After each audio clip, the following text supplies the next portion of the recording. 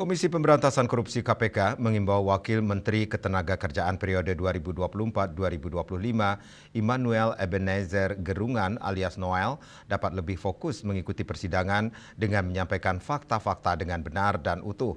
Hal itu disampaikan juru bicara KPK Budi Prasetyo Senin 26 Januari malam merespon pernyataan Noel terkait adanya keterlibatan partai yang memiliki huruf K dalam pengurusan sertifikat K3.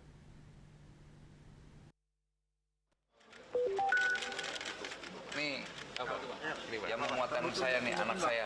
Komisi Pemberantasan Korupsi KPK mengimbau agar Wakil Menteri Ketenagakerjaan periode 2024-2025 Immanuel Ebenezer Gerungan alias Noel dapat menyampaikan informasi terkait dugaan pemerasan pengurusan sertifikat keselamatan dan kesehatan kerja K3 Kemenaker di dalam persidangan. Hal itu disampaikan juru bicara KPK Budi Prasetyo saat ditemui Senin 26 Januari malam di Gedung Merah Putih KPK Jakarta dalam merespons pernyataan Noel yang sebelum menjalani persidangan sempat menyebutkan terdapat partai yang memiliki huruf K terlibat dalam kasus pemerasan K3 Kemenaker.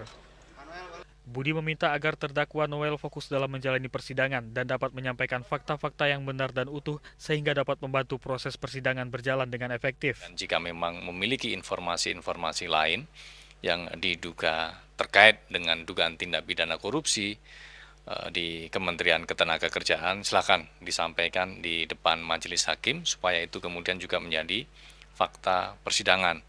Karena setiap fakta persidangan tentu akan dilakukan analisis oleh tim JPU KPK untuk melihat apakah kemudian nanti bisa menjadi bukti baru untuk proses atau untuk pengembangan penyidikan nantinya.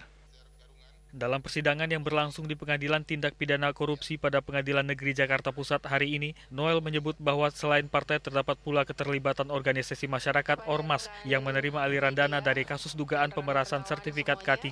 Jelasnya Ormas tersebut tidak berbasis agama. Dari Jakarta, Cahyasari Ibnu Zaki, Kantor Berita Antara mewartakan.